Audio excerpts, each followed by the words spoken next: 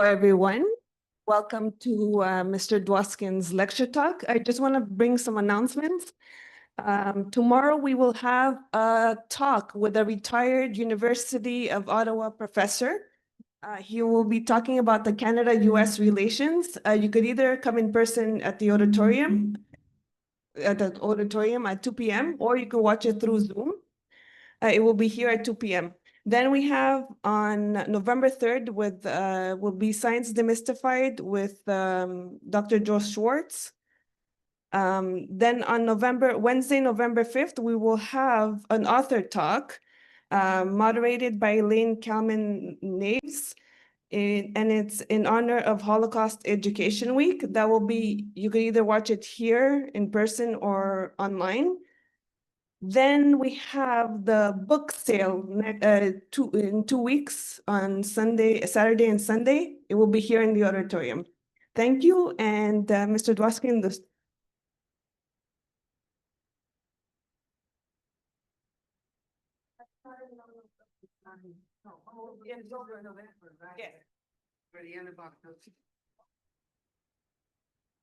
Good afternoon, everybody. First, shh, calm down. Can you hear me well with this microphone? Just checking. So it's been 3 weeks that I haven't been here. Sukkot was for 2 weeks, and then there was another program, I guess, last Tuesday. And so much has happened in the last 3 weeks that it's hard to catch up. But I'm just going to start just very briefly to mention to you and to remind you about the municipal election on November the 2nd, which is this coming week. And I'll tell you why it's important. Because historically, take a guess, what percentage of eligible voters vote in municipal elections? Give me somebody said 30? Yeah, between 30 and 40 is the usual number. So what that means is that if you vote, your vote counts really 3 times, right? If 30% of the people show up, you're actually getting 3 times the value of your vote because your vote counts, and the other 2 people who didn't show up, theirs doesn't count. So that's why it's important to take part in a really, I encourage people to vote for everything, because the right to vote is really sacred. And as we can watch over in the US, the kind of manipulation of trying to establish the results in advance is something that we can't take for granted. So when you do have the chance to vote, and there's a clear choice, then it's a worthwhile project to do that. And I think Quebec did a good thing, like some other provinces, where all the municipal elections are held all at the same time. It used to be that it wasn't that way. It used to be every town had their elections their own time. But in this way, it focuses people's attention on municipal politics. And when you look in the news, you see, oh, they're running in Laval, they're running in Montreal, they're running in Cote-Saint-Luc, they're running in Hampstead. So it kind of picks up people's attention to pay attention to municipal politics. In Canada, the power that municipal politicians have is relatively small, relatively small. The municipalities in Canada do not have an official stature, in that it's the province that really runs the affairs of all the municipalities. So municipalities do have a budget. They're allowed to collect taxes. They're allowed to spend money, but they don't have any constitutional powers. We are, like, in other words, the stepchild of the province. The province is the one that has all the power over the municipalities. And theoretically, if a province doesn't like something, they could actually probably, I'm not sure, but I think they could close down the municipal council. They can even abolish a municipality if they wanted to, without the permission of the people who live there. So there definitely is something to vote for, because you're paying taxes one way or another to the municipality, either through your rent or through your property taxes. And also the municipality is the level of government that's closest to the people. So they're the ones who really know, and you're the one who can tell them what's really bothering you. And when you get to the upper levels, of course, the provincial level or the federal level, you're just one number in 10 million or one number in 40 million. But if you live in Hampstead or if you live in Cote-Saint-Luc, you're just like one number in 33,000. That's a lot, the ratio is much smaller. So your voice counts for much more in the municipal politics. And after all, when you consider what the jobs of the municipality are, to fix the roads, maintain the sewers, look after parks, it's things that touch our daily lives all the time. So that's why it's important to express yourself.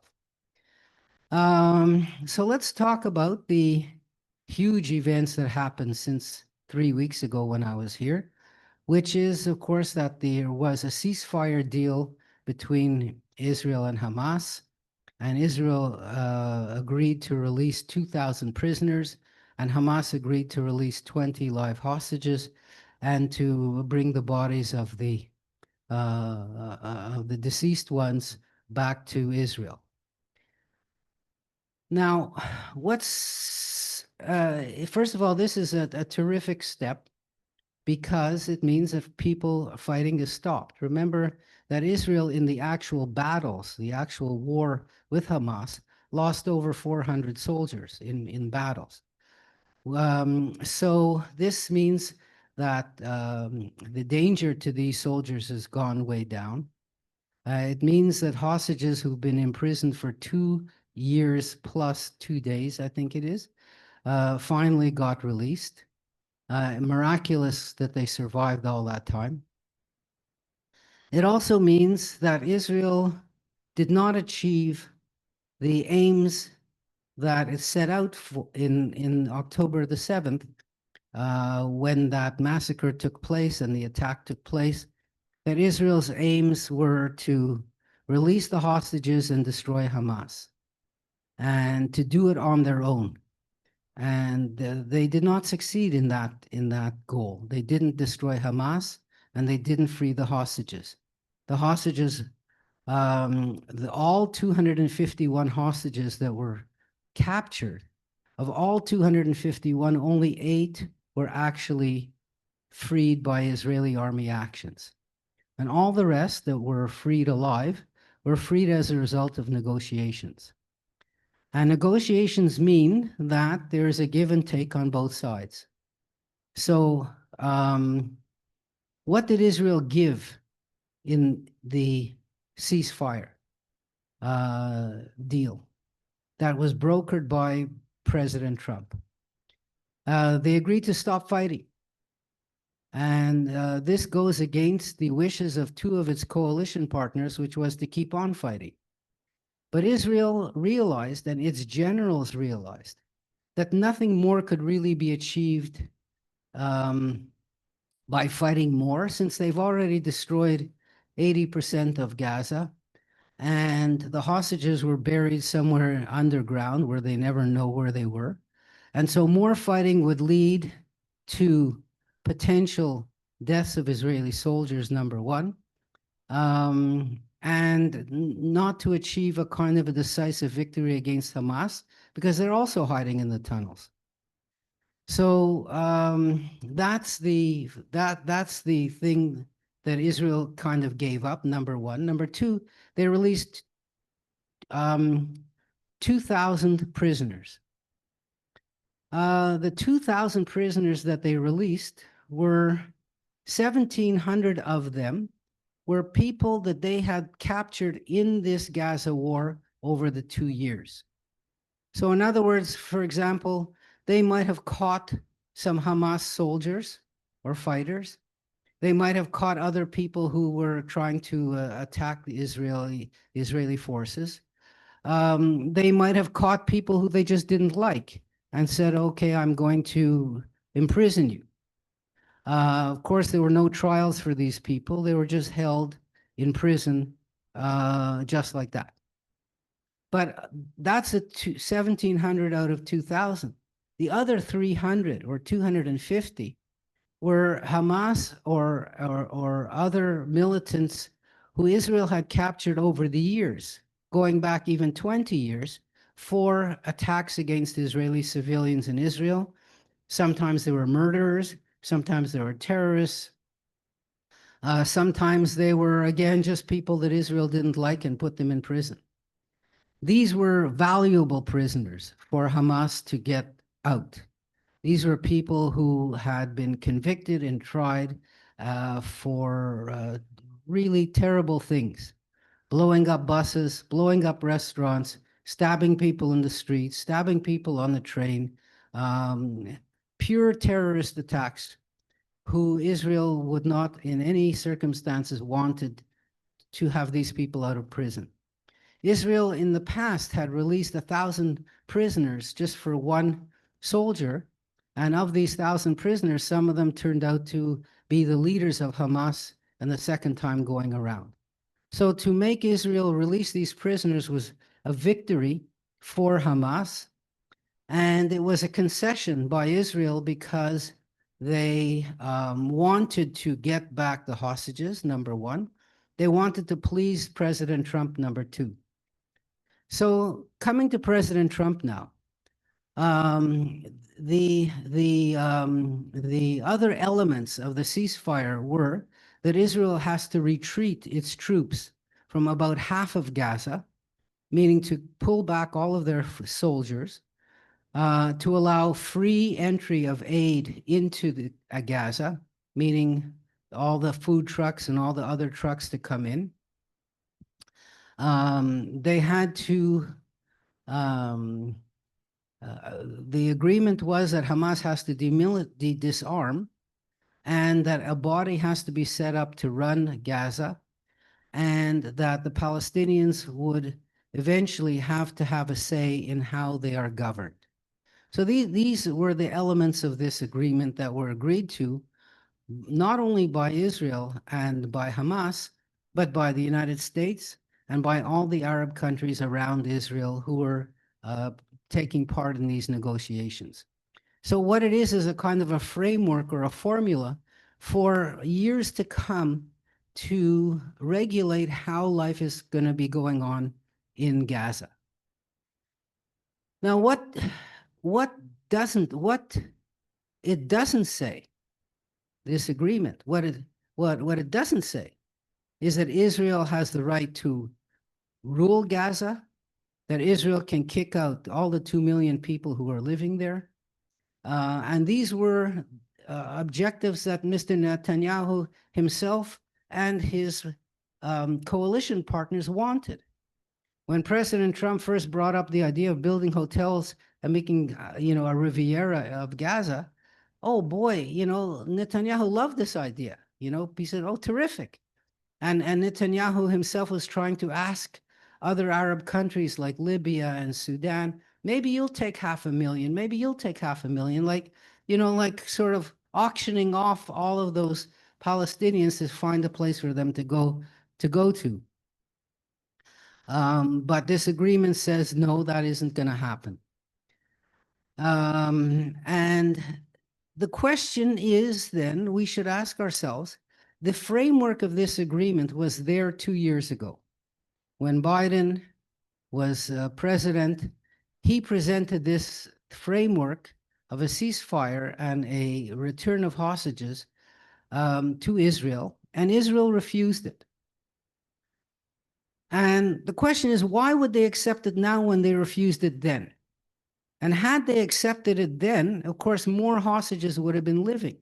There would have been, fewer people, fewer of the hostages would have died. And the facts on the ground would have been the same. And of course, fewer Palestinians would have died because there wouldn't have been a war for a year and a half. So why now and not then? That's a question, And on both sides, there are reasons of why now and not then. So let's look, for example, at Gaza. Why did Hamas agree now when they didn't agree then? Because for Hamas, the net was closing in. Israel had already destroyed, of course, the whole Gaza Strip. They had killed thousands of Hamas militants. The backing that Hamas was getting from its allies was way down. So in the intervening 2 years, Israel defeated the Hezbollah. They neutralized Iran. The Syrian government changed. The Lebanese government got stronger. And, Hamas's chief partners, who were the Hezbollah in Lebanon, the Iranian government, the Houthis in Yemen, far away, but they were still backers. All these groups were attacked by the Israelis and helped by the United States. And so the money was harder to come by to get into the Gaza Strip. The whole geopolitical system shifted. And the Arab states told Hamas, before, those hostages for you were like an insurance policy. That's why they wanted them. Because they said, look, so long as we're holding the hostages, Israel can't really go after us because they might kill the hostages. So it was like a kind of an insurance policy or a kind of a civil guard, it was like a kind of a shield for Hamas. Now, what the Arab states were telling Hamas is that the hostages are a liability because so long as the hostages are being held, Israel has an excuse to not only destroy more of Gaza, but to go after you. And remember that in the end, Israel decided to recapture Gaza City, which was in a certain way the last holdout of the Hamas. And Israel started surrounding Gaza City and evacuating about 500,000 people who were still living there. And Hamas might have felt, if we might end up getting killed if we sort of fight to the last man.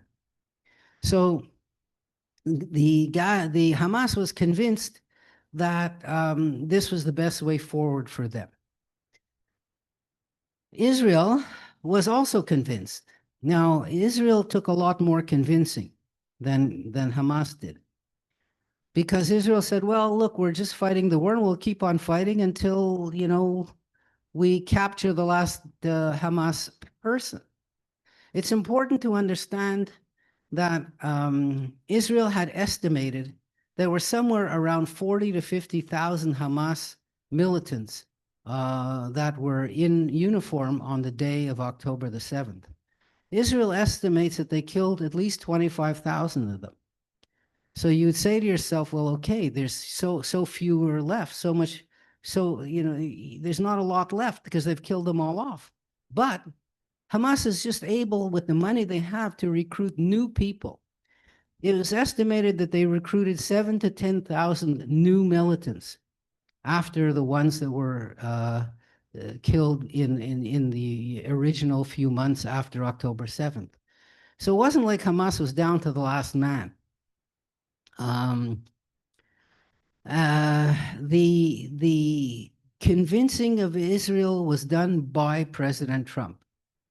And ironically, the button that was pushed by Israel was the attack on Qatar. So Israel tried to destroy and kill the Hamas leadership, which has been living in Qatar. You know that Qatar is an oil state, a gas state, actually more gas than oil, in the Persian Gulf, far away from Israel. It's a country that's very small and very rich. And they were always the main backers of Hamas. Qatar was the sort of sponsor of Hamas. Qatar was giving money to Hamas under Netanyahu's supervision. So Netanyahu wanted Qatar to give Gaza money so that Gaza would not join up with the West Bank and demand a Palestinian state. So long as there were two different leaderships in the two different parts of Palestine, that suited Netanyahu very well because he didn't want one unified leadership. So he allowed Qatar to put money into the Gaza because he felt, so long as they had some money coming in, things would be quiet. Qatar is also the place where Al Jazeera is from. Al Jazeera is the news network, which is the most popular, widespread news network in the Arab world. Al Jazeera had correspondents in Israel for a very, very long time until Israel got fed up with their coverage and kicked them out. Qatar is also the home to a United States air base, the largest air base in the Middle East that the United States has. Qatar is also a home to the Emir of Qatar, one of the richest people in the world, who it is said, not by me, that President Trump has received lots of favors from him. We know he received a $1 billion airplane free of charge from the Emir of Qatar. So the United States and Qatar have very strong relationships. When Israel attacked Qatar to try to kill the Hamas leadership, they didn't tell the US. That was the big mistake. So all of a sudden, Qatar is calling up the US and say, hey, we've just been bombed by Israel. And that really got Trump angry. So when he got so angry, he went to Netanyahu. He sat him down in a chair like a schoolboy. He handed him a speech of apology and said, I want you to call up the Emir of Qatar and read this apology to him. And you know what Mr. Netanyahu did? He said, yes, President, that's exactly what I'm going to do. And there's a picture of the president sitting here, Netanyahu on the phone like this, talking to the Emir of Qatar, holding a paper and reading it. So that established the fact that the United States is really in control of Israel. Because certainly Netanyahu wouldn't have done this on his own. That's for sure. So once the United States was in control of Israel, then because the United States was the only country to support Israel at the United Nations, the United States was the one who helped defend Israel against all the rockets that were coming from Iran and against the Houthi rockets from Yemen. The United States sent the aircraft carrier into the Mediterranean to protect Israel. The United States spoke out in all international forums against the recognition of a Palestinian state and saying that Israel is its most solid ally. So in other words, Israel was becoming isolated in the world as a whole. And we know that so well. We know that even from our own history right here in Canada. So Canada, Australia, Great Britain, the EU, all of them recognized the Palestinian state. All of them called for a ceasefire in Gaza. All of them claimed that Israel is committing some sort of crimes in Gaza. And, the Israel only had one backer. That was the United States, besides the little nobodies that are in the train of the United States. So when the United States said, stand, Mr. Netanyahu stood. And when he said, sit, Mr. Netanyahu sat. So when the United States came up with this ceasefire agreement in negotiations with all the other Arab states, Mr. Netanyahu felt he had no choice but to accept it, even though his coalition partners said, if you accept it, we're leaving the government could fall, we'll have elections, you'll be kicked out, and you might end up in prison. So even though all those consequences were there, Mr. Netanyahu felt he had no choice but to accept. He was forced to accept. Of course, the coalition partners, as usual, make threats without really following through because, they have bread and butter on their plates to be part of the government. So he had to, the the difference between 2 years ago and now is that he had to accept the United States peace agreement that was made. And although Mr. Netanyahu said, he will never accept a Palestinian state ever, the peace agreement doesn't say there'll be a Palestinian state, but it doesn't say there won't be one. So there is a recognition of Palestinian sovereignty in that peace agreement that Mr. Netanyahu, was reluctant to accept, but had no choice but to accept it. What would happen to Mr. Netanyahu and Israel had they not accepted the deal? Think of it in that way. Knowing Mr. Trump, who could change his mind from 4 o'clock to 5 o'clock, Mr. Trump could say, "Aha, you're spitting in my face? I'll show you." And he could say, I'm leaving Israel on its own. I'm not going to support Israel at the Security Council, where the United States has a veto and has used this veto so many times in all kinds of United Nations condemnations of Israel. Remember that Mr. Netanyahu has been indicted by the World Court for so-called genocide in Gaza. The United States, of course, said, we're not standing by this. We don't recognize it, blah, blah, blah. But the United States could say, you know what? Do what you want. And it could be that, Mr. Netanyahu could somehow end up God knows where and get arrested. And the United States wouldn't say anything. So that's why the United States backing is so important. Mr. Netanyahu made a speech saying, you know what? The world hates us. Whole the world is anti-Semitic. It's always been this way. We can't rely on anybody. We have to be Sparta. Sparta, the Greek kingdom that went on its own against a coalition of Greek states and ended up losing. But, we're not in 500 BC. We're in an interconnected world with interconnected trade, with interconnected internet, with interconnected everything. Israel can't live on its own without these things. It did so at the beginning of its life, but that was before Israel became a high-tech power. That was Israel before it became a high exporter of military equipment. Israel is a wealthy, modern country on European standards.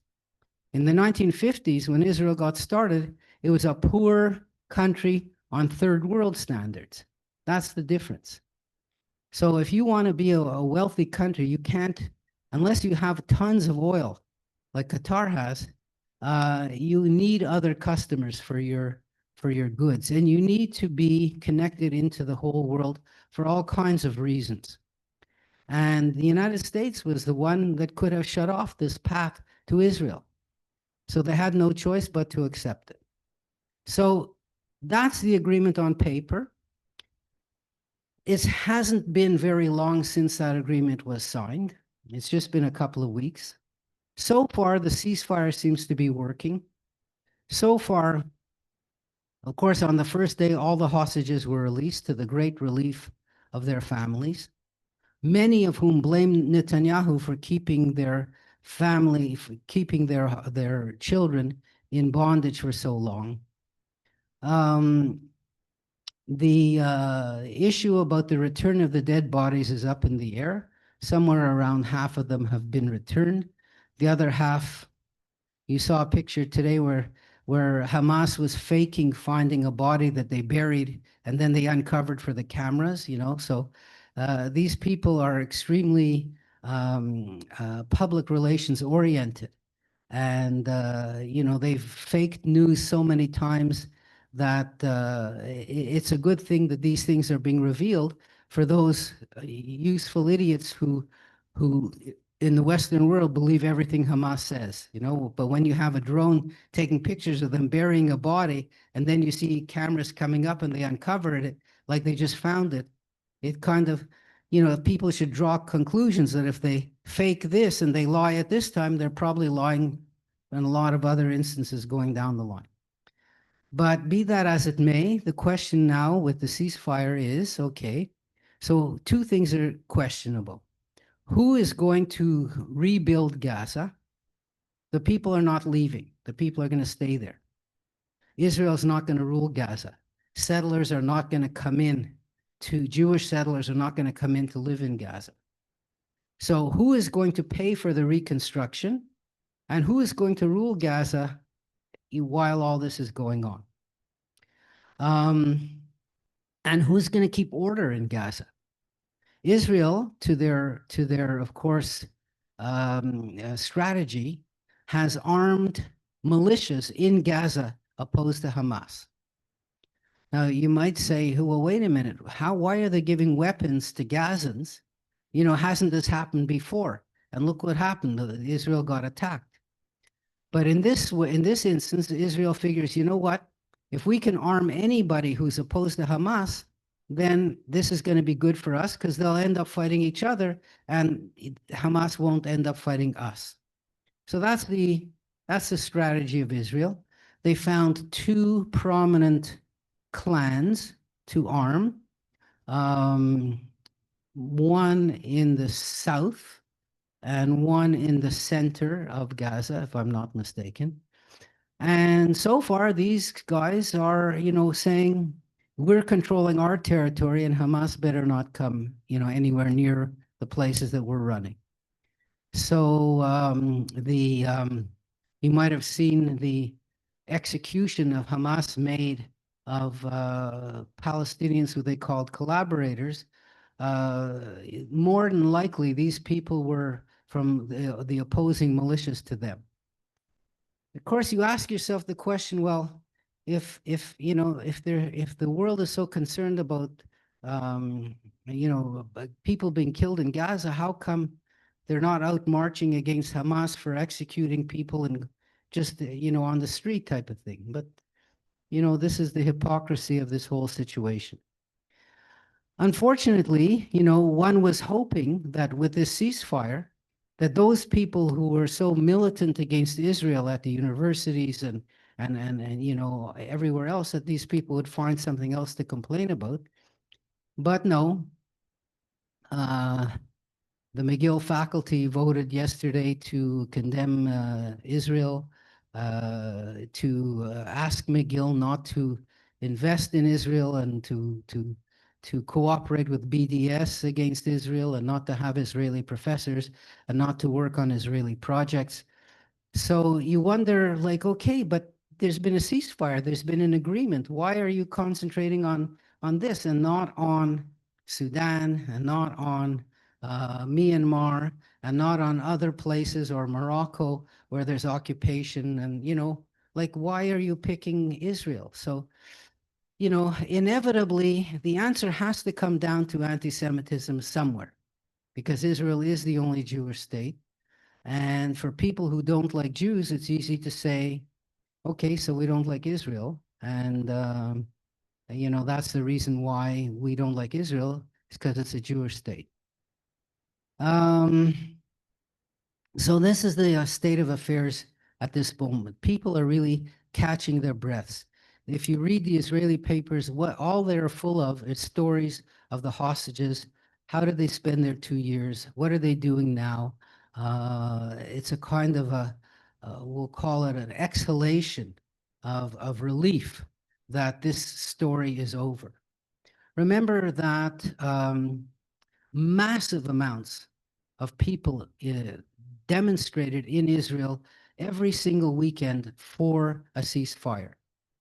And this is another reason why Netanyahu decided to do it. He might have been impressed by the size of the crowds. He might have been worrying that his support was just dripping away. He might have been worried that elections have to come in Israel in any case a year from now at the very latest. And if he could pull off this sort of ceasefire and bring the hostages home, at least he could claim credit for doing all this. So in other words, it was a kind of a political decision motivated by pressure from the outside, meaning the US, motivated by some bits of pressure from the outside with all of the boycotting of Israel in the international sphere, in soccer, in chess, and in the Eurovision Song Contest, and in all kinds of bicycle races and everything else. Those things don't put too much pressure on Israel. But the pressure from inside Israel was huge and vocal and on TV all the time. And so he,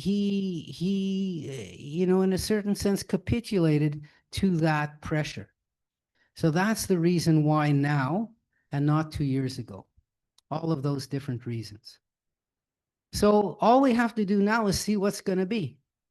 Because until they have a force, a police force, some kind of military force in Gaza made up of who knows who, then Hamas is the ones with the guns, and means Hamas has the ones to kind of rule the Gaza Strip again. There hasn't been any concrete offers of military people to go into Gaza to be the police. So tell me, where else in the world are there foreign troops serving as police in a local country? Who can give me an example? Think of it. In our hemisphere. You're right, in Haiti. There's about 1,000 Kenyans working as police people in Haiti under the auspices of the United Nations. How successful has that been? Not very, because there just aren't enough of them. They're not well equipped enough. But it's an example of how the UN has mobilized a foreign country's police force to work in a different country. Yes, there's UN troops, of course, on the border of Lebanon and Israel to supervise the ceasefire over there and to supervise the demilitarization of Hezbollah.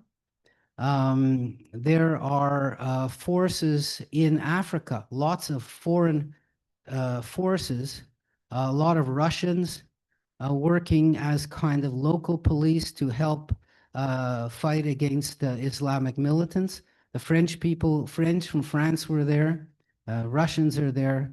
There's private armies over there also. So there's lots of examples of private and public forces being in different countries acting as so-called police or peacekeepers or whatever you want to call them. But they haven't organized one for Gaza. Now, of course, Israel, among all the different countries who are talking now, there's two countries that Israel doesn't like at all. One is Qatar, and one is Turkey. And both of these countries have said they would participate in a multinational peacekeeping force in the Gaza Strip, but Israel doesn't want them anywhere near itself. So the question is, if different Arab countries propose troops to go into Gaza, how does it not look like they're doing Israel's job? That's the political issue that they have to deal with. They don't want to be seen as being the Israeli police force. And that's why the United States has set up a kind of an almost independent office in Israel to supervise the ceasefire. The United States has actually set up almost like a military base in Kiryat Gat, which is a southern city not so far from the Gaza Strip. And in there, the United States they say we are here to operate independently of Israel. We are here to see that this ceasefire takes hold. We're here to supervise the distribution of aid to the people in Gaza, and we're not here to take orders from Israel. So imagine how, in a certain sense, in this brief period of time, the equation between the US and Israel as being sort of equal partners has changed so much. Now, Israel Marco Rubio and the vice president said Israel is not a client state. They had to make a speech 2 times to say that Israel is not a client state. What does that mean? Israel is a client state. If you have to deny things too many times, then you know that that's what the fact is. So the United States is really now calling the shots. Now, lots and lots and lots of people, including some of people here, lots of people in the United States dislike President Trump intensely. His job approval rating is really down in the low 40s.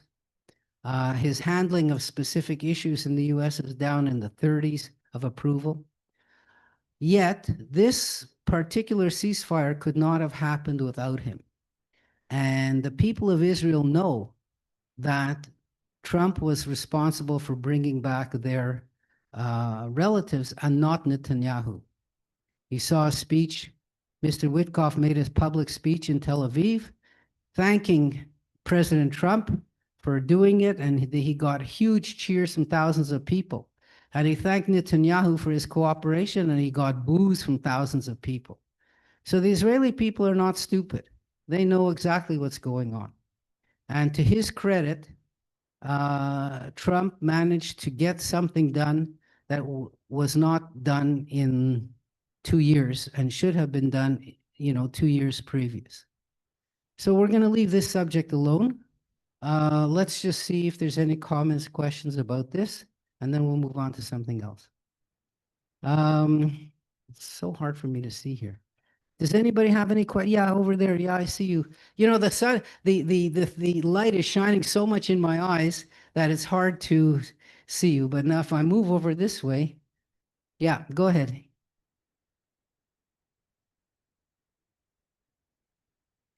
What did I say is done? Well, I don't know what you mean by not done, but obviously it's a middle, there isn't a final resolution of the whole Gaza situation, right? We said that there isn't a peace force there. There isn't a peacekeeping force. There isn't an agreement on rebuilding Gaza. I mean, they measured how many tons of rubble there is in that place. My thinking is they should take all that rubble, push it in the ocean, and make new land for Gaza because it's such a small place. But the rubble is somewhere between 75 and 80% of every single building is destroyed in Gaza, and they're all made of concrete. So just imagine, there are estimates, I don't remember the numbers, but there's estimates of how many tons of concrete there is in Gaza to move. They'll be moving this stuff for 5 years. That's how long it's going to take. And the people have to live somewhere, so someone has to figure out what to do with them in the meantime.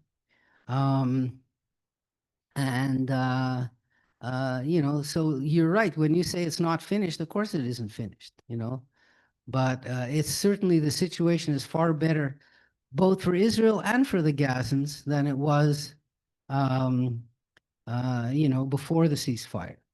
I saw pictures of guys going with horses and carts, and the guy was going through the rubble, pulling out, the metal. There's metal rods in concrete to hold the rebar. They're already recycling the rebar. They're already, the guy's trying to make a few dollars taking the rebar out and sticking it in his wagon driven by a horse and selling it somewhere at a rebar buyer. So in other words, people naturally have to try to make a living some way or other. And all you need is peace and quiet for things to get going again. Aid will be coming in both in money and in goods, and that will start to stimulate an economy which is completely 100% dead in Gaza. Somebody else has another? Yes, sir, over there. Yeah.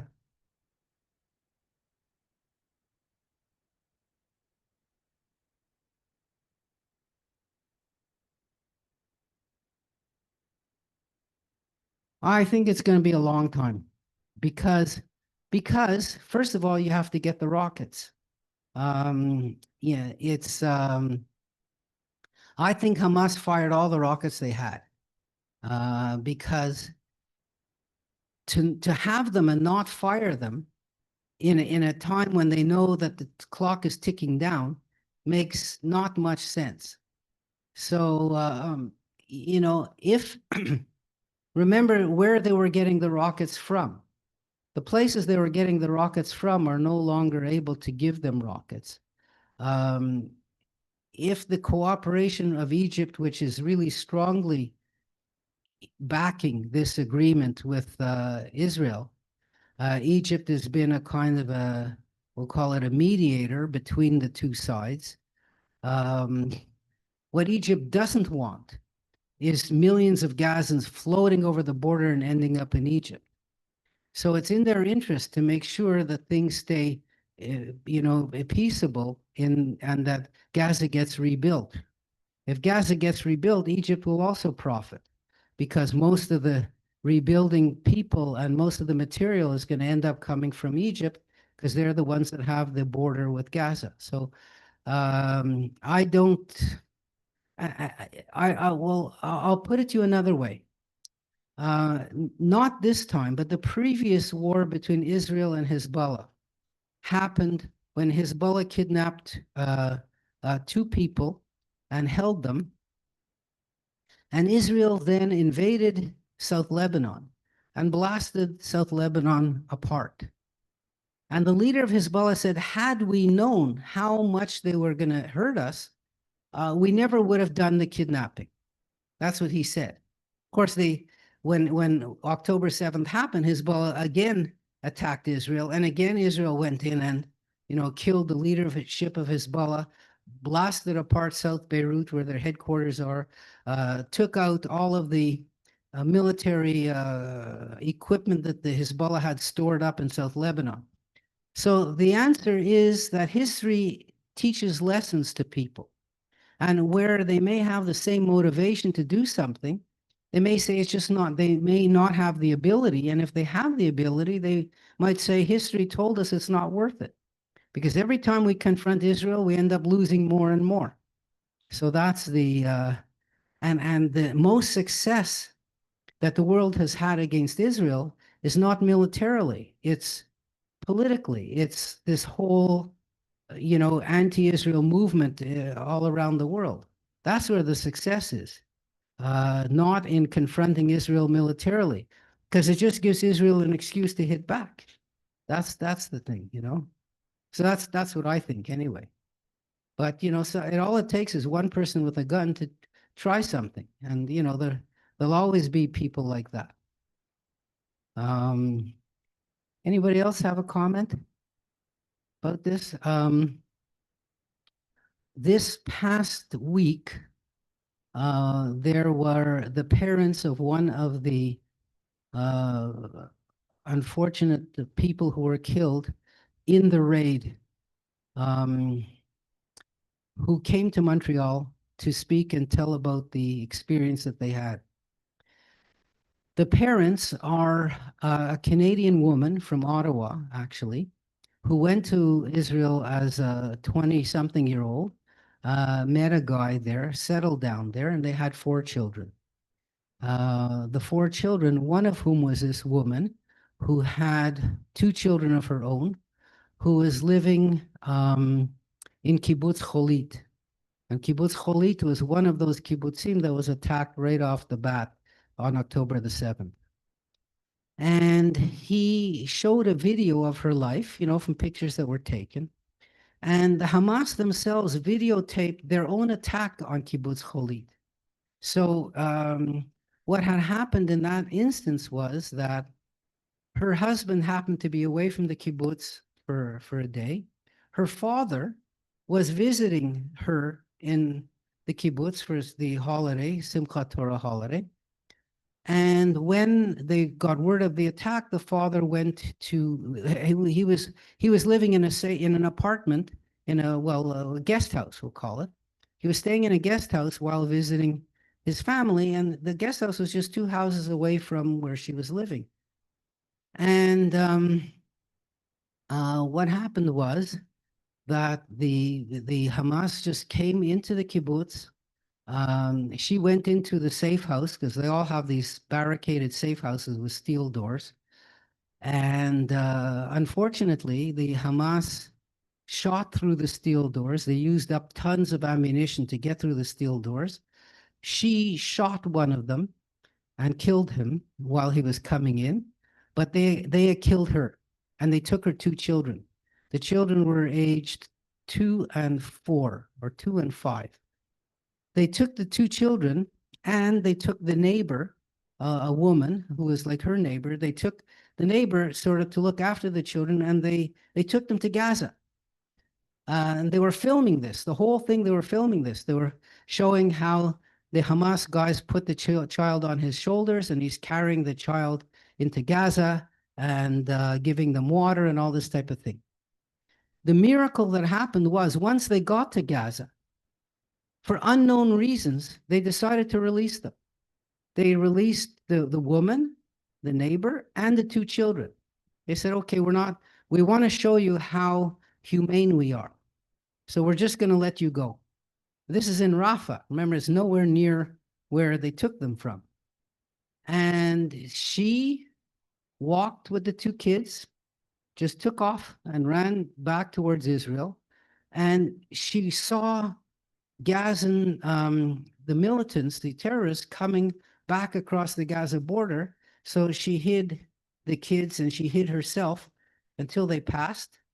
And she walked into Israel with the 2 kids, and they were saved. You know, that's what happened to them.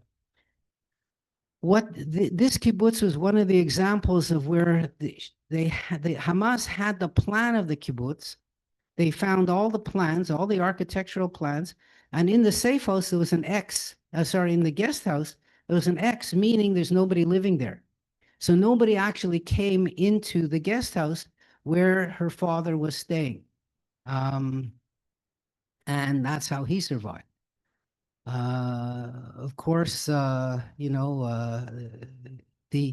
woman who was killed was a brilliant student. She had a master's degree in chemical engineering from Ben Gurion University. She was an all-around leader in everything, a wonderful person. And she just was one of the tragic casualties of 1,250 Israelis who were killed on that day. Some of those people who were killed were these civilian kibbutz people. Some of them were soldiers. Most of them were people who went to that music festival. And I think I saw an email today of one of the people who was in that music festival. He's going to be speaking in Montreal soon, but they don't have the time and the place yet. So it was just a way to connect a personal story of this couple. And they said that she was so esteemed in her community that they have now dozens of children named after her. Adi is her name. So they have lots of Adis. And Ben Gurion University established a scholarship in Adi's name because, she was such a great student. And now the father has the kids, and the whole kibbutz is evacuated. Nobody's living there now.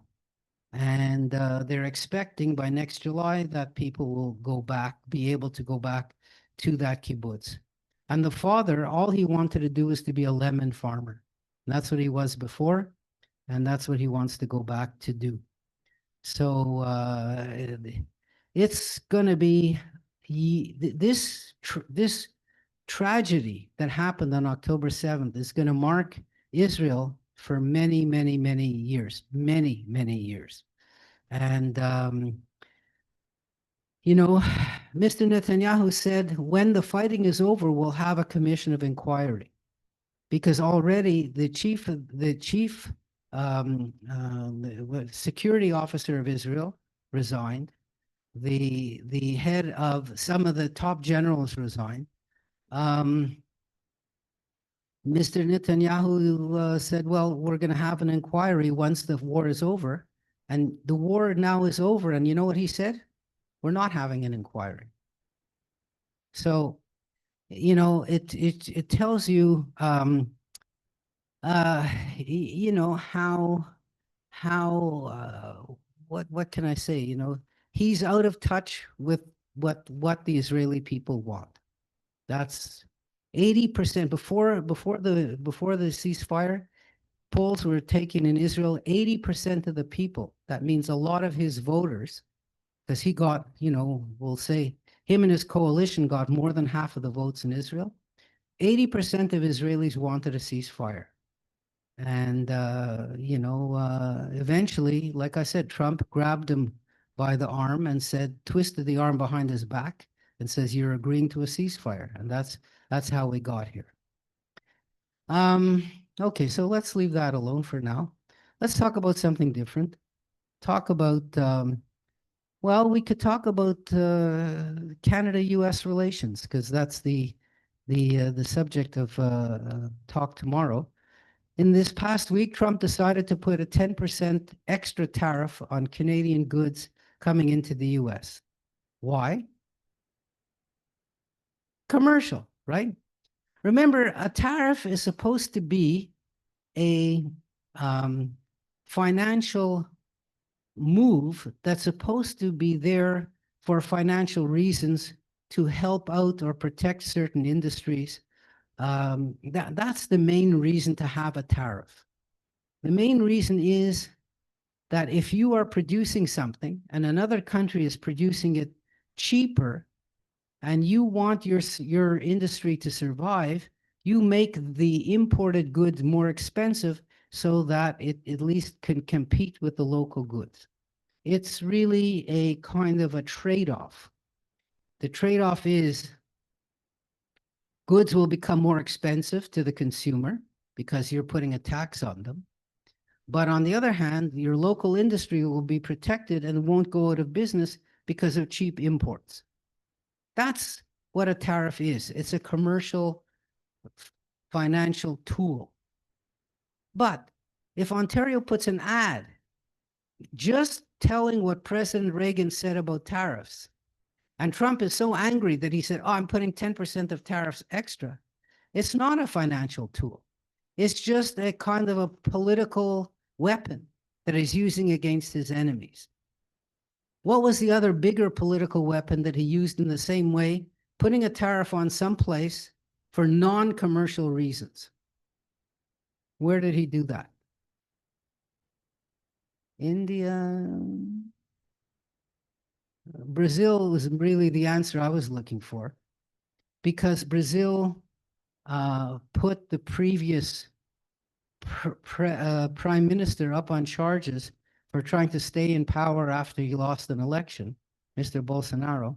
And he was a really close friend of Trump. And Mr. Bolsonaro's family also lives in the US. And Trump just said, no, I'm going to punish. I hate the new guy running Brazil, Lula da Silva. He's a socialist, a communist, who knows what else he could call him. And so I'm putting a 50% tariff on Brazil.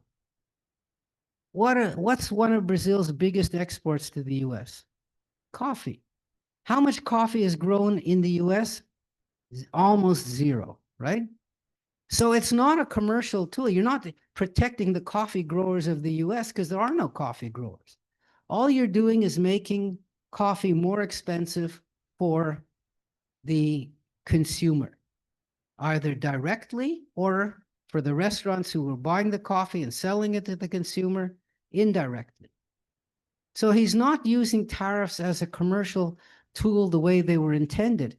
He's using it as a political tool to achieve other things besides some sort of commercial arrangement. Brazil is actually a country that buys more from the US than sells to the US. So Brazil doesn't even have a trade surplus with the US. And he still put a 50% tariff on Brazil.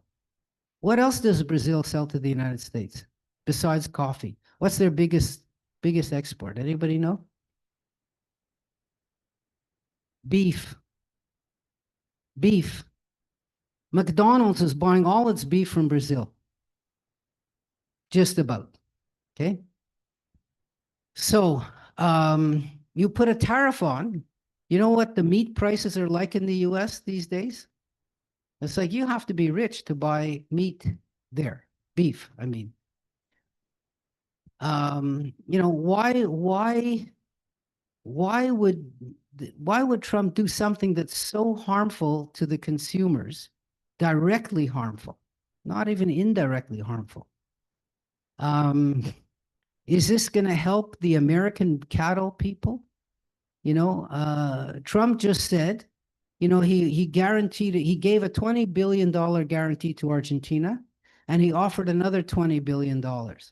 And he said Argentina is so poor that the U.S. should buy Argentinian beef in order to help the Argentinian farmers and lower the prices in the U.S.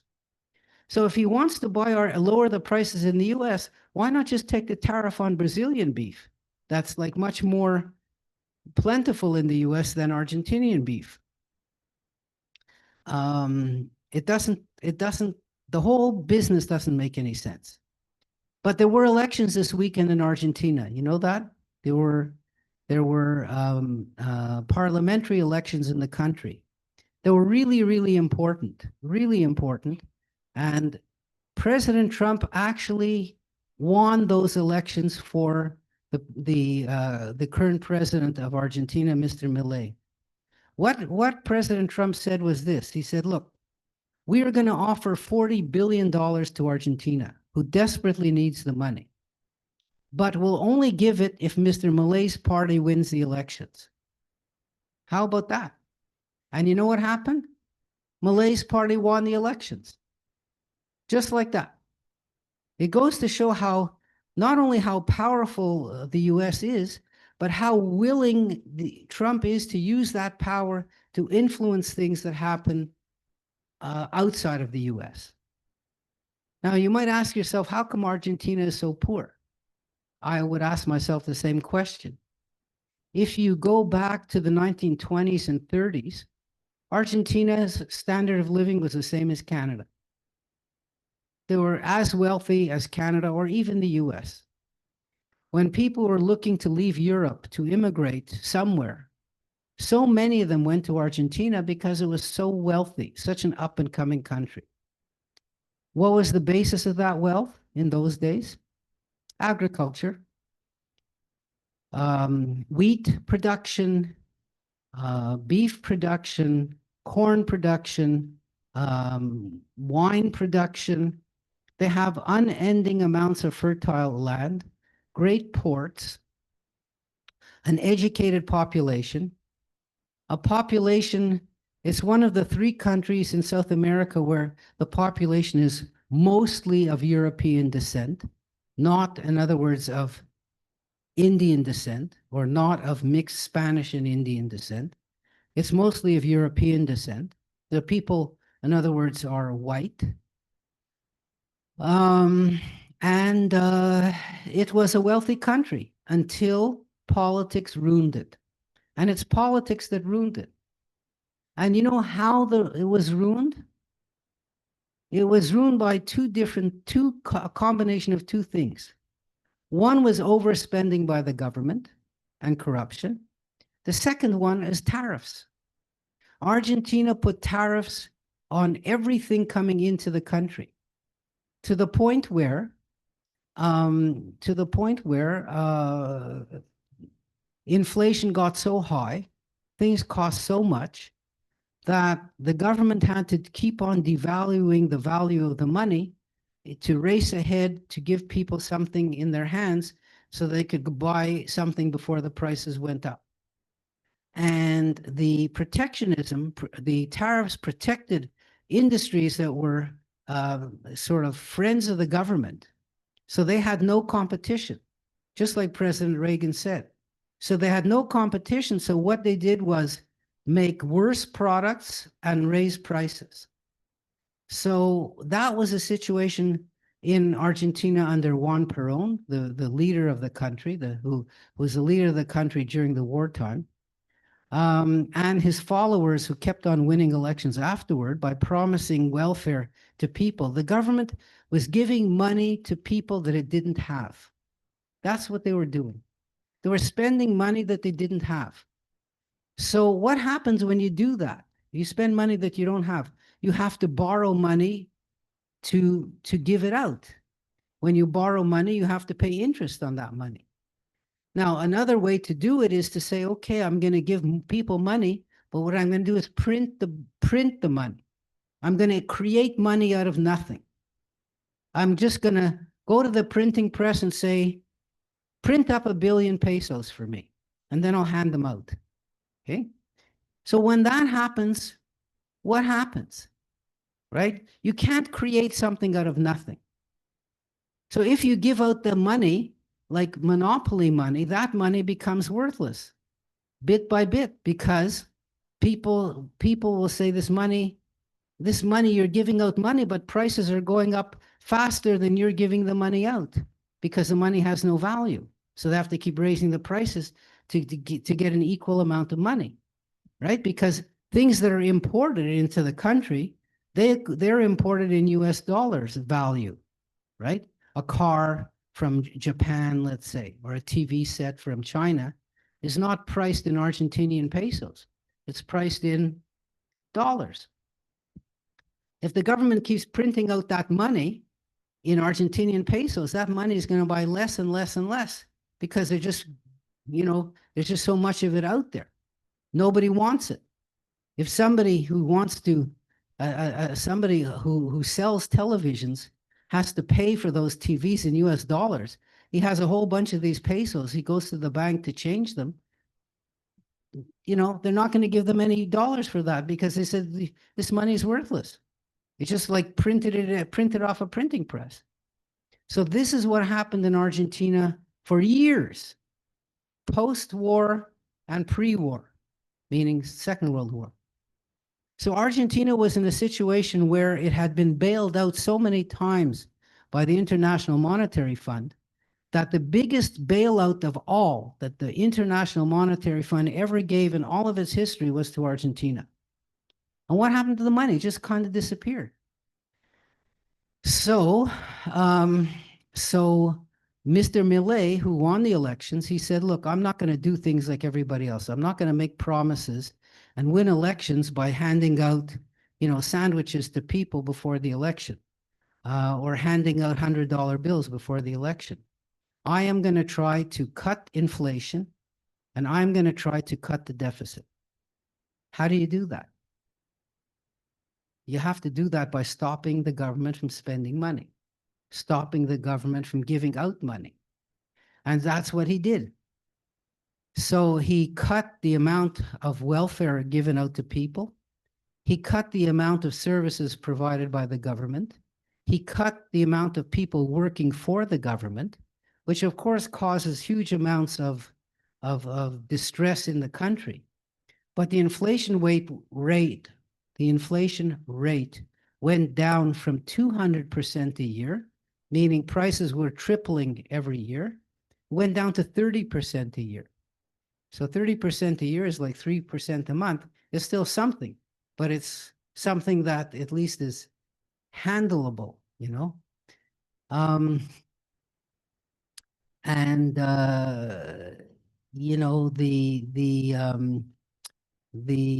economy started to turn around, but there were so many people out of work because of these actions that there were lots of people demonstrating against Milei, and lots of discontent and charges of corruption. So corruption is something which can eat away at a country.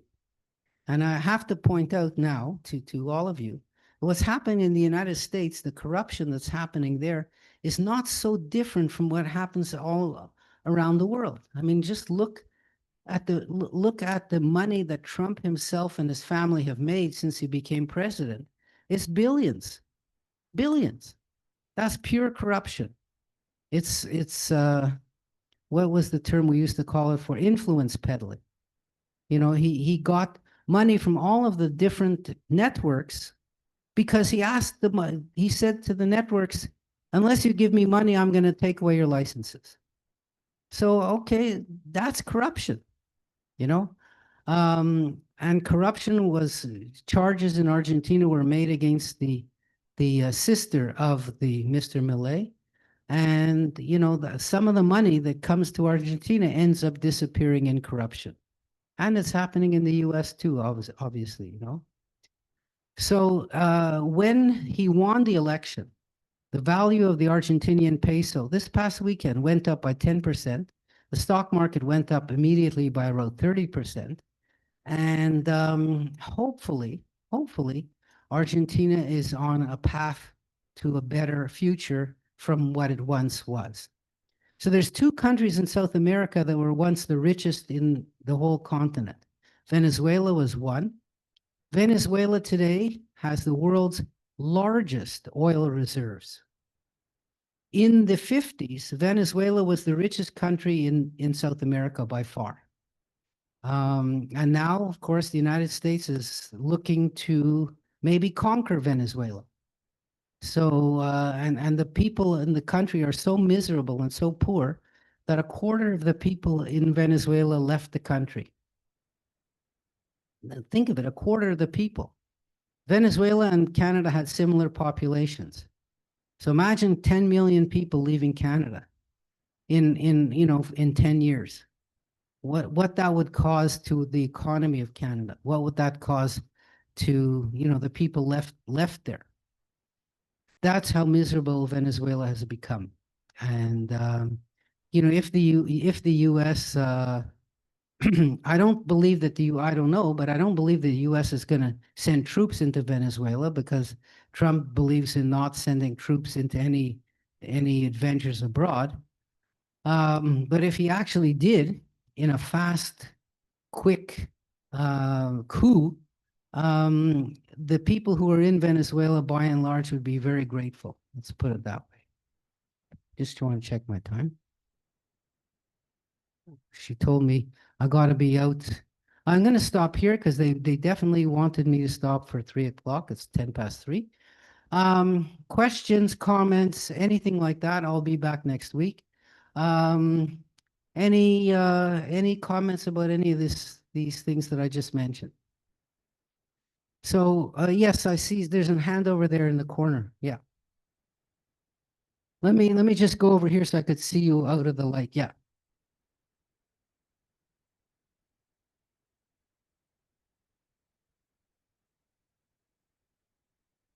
What is the forecast for the Canadian and American stock market? Such a good question. I mean, both stock markets are at an all-time high. At an all-time high. Part of the explanation for this is that interest rates are really quite low.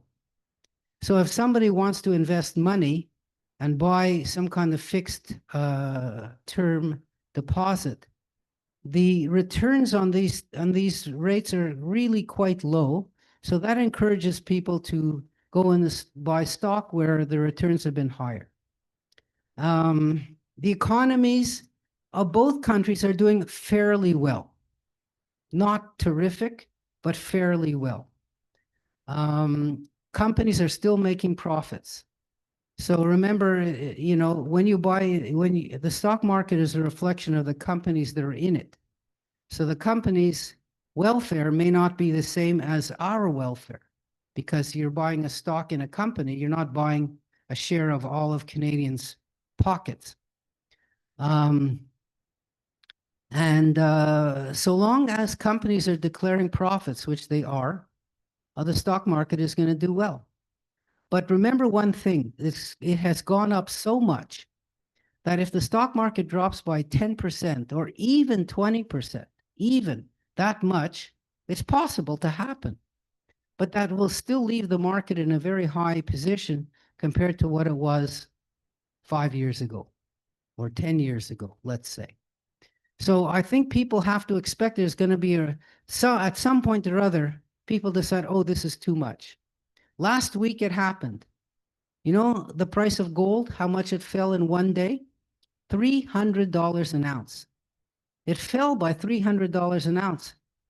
It was only, $100 an ounce, the whole business back in the 70s and 80s.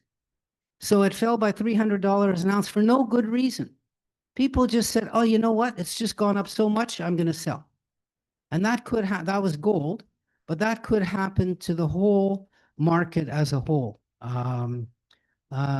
So, my advice is, I mean, if we're all in the same age bracket here, right? If you don't have extra money to lose, you don't start buying, the latest invention or the latest God knows what else, The point is, at this point, you want to preserve what you have, and get a decent return, beat inflation, and not to go out and try to double your money in 2 years on some kind of speculation. So, my advice is definitely don't worry about the stock market, but make investments that are going to be solid, and give a decent return, decent dividends, and things like that, rather than speculate. We're just reading about a new drug is coming out to the first one is going to be approved in Canada to stop early Alzheimer's disease, and people who invested in that, early on could have made a fortune because it's now been approved in Europe and approved in the US. So, if you've got extra money, those are the type of things for you to invest in. But otherwise, at this point, you're not out to speculate. Let's put it like that. Okay, so I'm going to thank everybody. I'm going to be here if you want, and please come next week because I'd like to see you all again. Thank you.